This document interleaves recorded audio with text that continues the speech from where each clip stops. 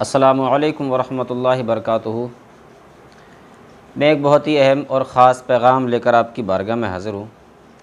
एक वीडियो बहुत छोटी सी क्लिप है वो, और बहुत तेज़ी के साथ वायरल हो रही है। न्यूज़ चैनल पर भी उसकी काफ़ी चर्चा हुई पीछे अभी, और मैं समझता हूँ कि जो लोग मुझे देख रहे हैं उन लोगों के सामने भी वो वीडियो आ चुकी होगी कि जिस वीडियो के अंदर एक साहब अब कुछ बयान दे रहे हैं और उनके इस बयान का कोई मतलब नहीं है कहीं से कहीं तक। उस वीडियो के ताल्लुक़ से मैं आपको बता दूं कि बड़ा अफसोस होता है आज के दौर में ऐसे लोग भी मौजूद हैं कि जो इस्लाम के फॉलोअर तो हैं, इस्लाम के मानने वाले तो हैं, दाढ़ी और टोपी लगाने के बाद अपने आप को महसूस भी कराते हैं कि देखिए साहब हम मुसलमान हैं, हमारी इतनी लंबी दाढ़ी है, हमारे सर पे इतनी ऊंची टोपी है, सब कुछ है, हम मुसलमान हैं। एक सीधे साधे मुसलमान के लिए धोखा देने के लिए ये चीज़ें काफ़ी होती हैं कि हमारे चेहरे पर दाढ़ी और सर पर टोपी है, और ऊपर से फिर हम इस तरह की बातें करते हैं कि इंसान, एक सीधा साधा मुसलमान परेशान होता है कि भाई सच क्या है और झूठ क्या है, हक़ क्या है और गलत क्या है।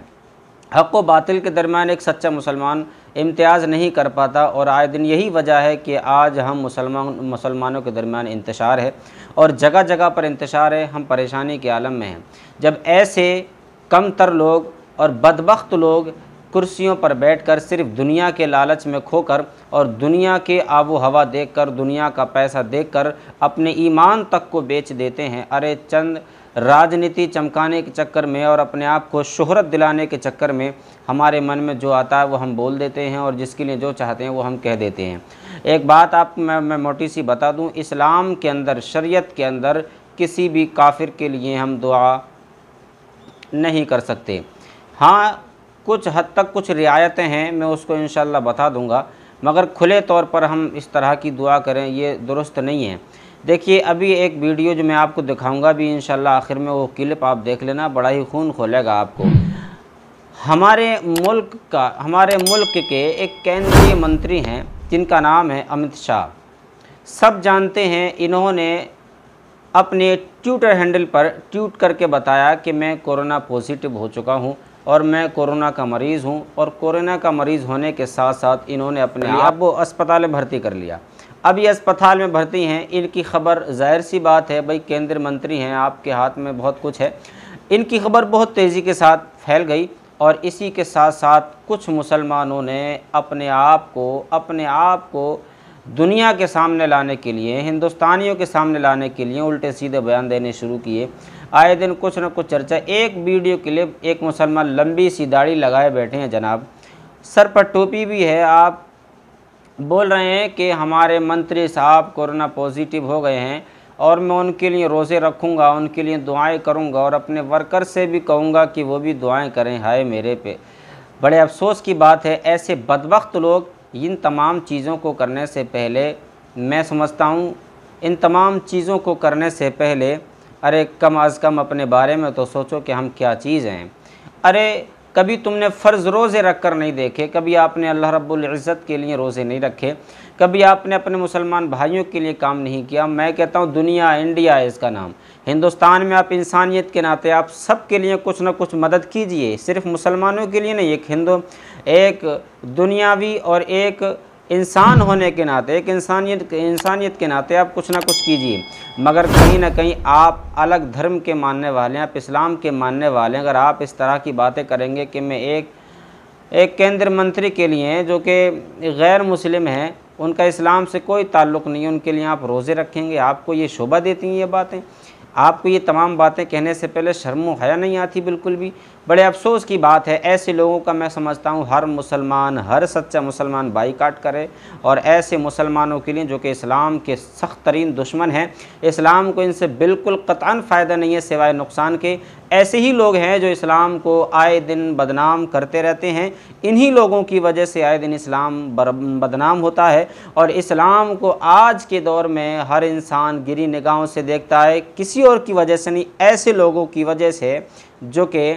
अपने आप को कैमरे के सामने बैठकर तरह तरह के बयान देते रहते हैं। मैं तो कहता हूँ सारे मुसलमान ऐसे लोगों को बाईकाट करें, और न सिर्फ बाईकाट करें बल्कि कहीं भी दिखें इनका पुरज़ोर, इन लोगों की बातों का और इन लोगों की पुरज़ोर मजम्मत करें, इन लोगों को कहीं पर स्टेज पर या कहीं भी देखें आप इनका बाइकाट करें और बिल्कुल कतअन बाइकाट करें। और ऐसे लोगों के लिए इस्लाम में ऐसी कोई जगह नहीं है जो इस तरह की बातें करे कि हम साहब एक गैर मुस्लिम के लिए रोज़ा रखें, माज़अल्लाह रब्बिल आलमीन। इन्हें सही तरीके से ये तक पता नहीं हो कि रोज़ा है किस चीज़ का नाम, रोज़ा रखा किसके लिए जाता है और रोज़ा होता क्यों है, रोज़े की तारीफ़ क्या है, रोज़े के बारे में इन्हें कुछ नहीं पता। जो मुंह में आया बग डाला, सिर्फ शोहरत पाने के लिए, सिर्फ एक पार्टी में अपने आप को चमकाने के लिए, सिर्फ एक मजबूत जो इस वक्त में हिंदुस्तान की गद्दी पर बैठे हैं उनकी निगाहों में अपने आप को अच्छा बनाने के लिए कि हम उनके नज़दीक अच्छे बने और वो हमें किसी पद से नवाज दें। अरे प्यारे, इस पद के चक्कर में, शोहरत के चक्कर में और गैर मुस्लिम की निगाहों में अपने आप को अच्छा बनने के लिए कहाँ तक गिरोगे, अपना ईमान ही खो दोगे। ईमान तो खो चुके मुझे लगता है, ईमान तो जा चुका, इसके साथ साथ अपने आप को कहाँ तक गिराओगे, कितने लोगों को बदनाम करोगे, कितने मुसलमान भाइयों के सरों का कलंक बनोगे और कितने मुसलमान भाइयों को धोखा दोगे तुम। ऐसे लोगों से मैं आप सभी सच्चे मुसलमानों से गुजारिश करूँगा कि ऐसे लोगों की बातों पर कतअन ध्यान न दें। ऐसे लोग वो हैं जो सिर्फ़ दुनिया से मोहब्बत करते हैं, आखिरत में इनके लिए कुछ भी नहीं है। हमारा मकसद सिर्फ़ और सिर्फ ये होना चाहिए कि हमसे हमारा रब राज़ी हो, और हमारा रब हमसे राज़ी इसलिए नहीं होगा कि हम सिर्फ दुनिया वालों के लिए मनाएं, दुनिया वालों के लिए अच्छे बन के दिखाएं। दुनिया वालों को मनाने के लिए हमारे मन में जो भी आता है बोल देते हैं, हम जो भी चाहें कर देते हैं। नहीं प्यारे, अगर हमें रब को मनाना है तो दुनिया वालों की नाराज़गी तो मोल लेनी पड़ेगी, और रब को राज़ी करने के लिए आपको अल्लाह और उसके रसूल के रास्ते पर चलना पड़ेगा, अल्लाह और उसके रसूल के फ़रामीन पर अमल करना पड़ेगा। आइए हम और आप आज अहद करें कि हम और आप मिलकर इंशाअल्लाह तबारक व तआला तमाम बुराइयों, बेहयाइयों, बदकारियों, मक्कारियों, गद्दारियों से परहेज़ करेंगे और इंशाअल्लाह तबारक व तआला बचते रहेंगे और रब काबा और फरमान मुस्तफ़ा सल्लल्लाहु अलैहि वसल्लम के मुताबिक अमल करते रहेंगे। तो अब आप ख़ुद वो वीडियो देख लीजिए, कमबख्त ने क्या कुछ कहा है वो ख़ुद भी सुन लीजिए, वो वीडियो देखें और मुझे इजाज़त दें। अस्सलाम वालेकुम। जिनका कोरोना टेस्ट पॉजिटिव आया है, आज इसलिए मैंने रोज़े रखने का फैसला किया है। कल से रोज़ेदार में रहूँगा जब तक इनका नेगेटिव टेस्ट आ जाएगा। और मैं अल्लाह ताला से भी दुआ करता हूँ और अपने जो पूरे वर्कर्स हैं हमारे, वो भी आज से अल्लाह ताला की बारगाह में दुआ करेंगे कि हमारा अमित शाह जी बिल्कुल सेहतयाब हो जाए। मैंने पहले भी कहा, अगर हमारी पार्टी में कोई भी मुश्किल आ जाए, इसको दुआ से ही हम इंशाअल्लाह रहमान कोशिश करेंगे हल करने की। और मुझे उम्मीद भी है ऊपर वाले के ऊपर कि वो जल्द अज जल्द सेहतयाब हो जाएंगे।